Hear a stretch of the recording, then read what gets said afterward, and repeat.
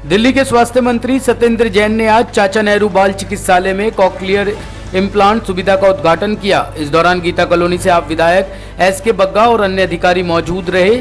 सत्येंद्र जैन ने cochlear implant सुविधा का शुभारंभ पर अस्पताल को बधाई देते हुए कहा कि केजरीवाल सरकार जन्म के बाद सुनने में असमर्थ जरूरतमंद नवजात बच्चों को कॉकलियर इम्प्लांट की सुविधा मुफ्त उपलब्ध कराएगी।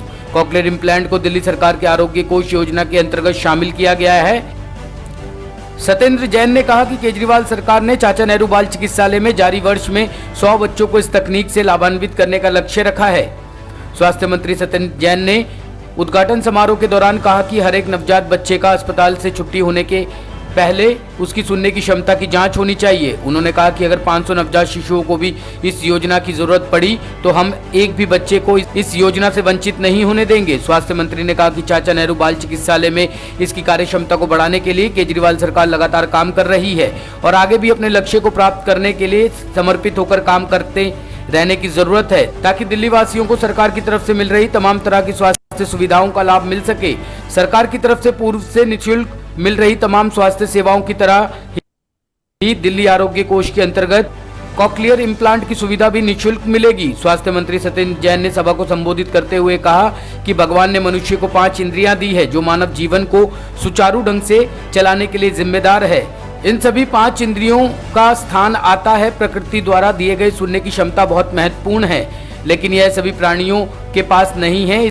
इस पर प्रकाश डालते हुए सत्येंद्र जैन ने कहा कि नवजात बच्चों के जन्म के बाद परिवार वालों को खबर नहीं होती कि उनके बच्चे में सुनने की क्षमता है या नहीं, लेकिन दिल्ली सरकार की प्राथमिकता रहेगी कि हर नवजात बच्चे को हॉस्पिटल से छुट्टी मिलने से पहले उसके सुनने की क्षमता की जांच होनी चाहिए, ताकि इस समस्या का हल निकल सके और सभी बच्चों में सुनने की क्षमता हो। इसे प्रोटोकॉल बनाया जाना चाहिए, क्योंकि दिल्ली में हर साल सैकड़ों बच्चे सुनने की अक्षमता के साथ पैदा होते हैं, जो कभी कभी माता पिता को इस दौरान पता नहीं चल पाता और बाद में सुनने की समस्या का इलाज मुश्किल हो जाता है।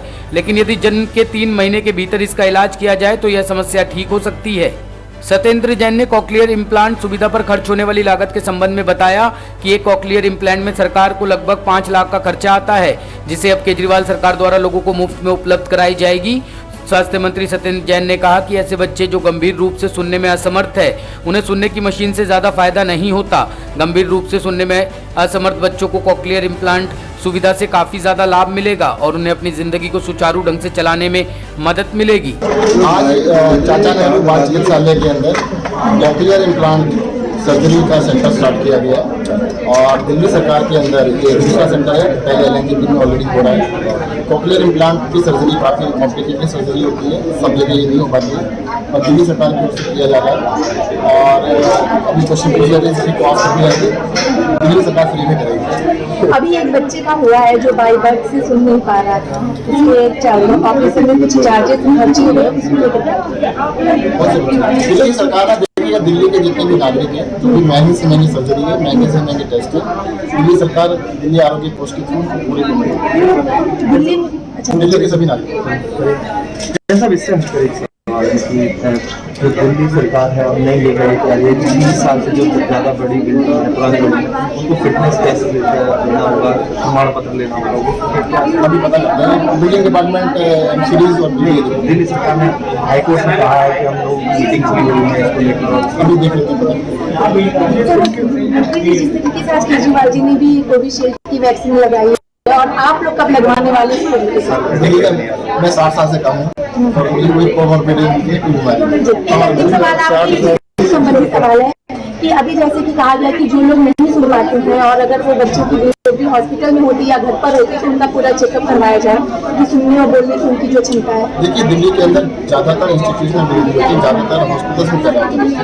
ये प्रोटोकॉल बिल्कुल सजेशन ठीक है कि छुट्टी देने से पहले इनकी हियरिंग टेस्ट किया जाए और इसको हम एज ए प्रोटोकॉल बना के दिल्ली सरकार की ओर से अभियान चला के सभी को टेस्ट करें, क्योंकि दिल्ली में बताया गया जैसा कि हर साल 400 से 500 बच्चे डेफ मतलब जिनको सुनाई नहीं होता ऐसा पैदा होते हैं, बाद में उनका इलाज करना मुश्किल होता है।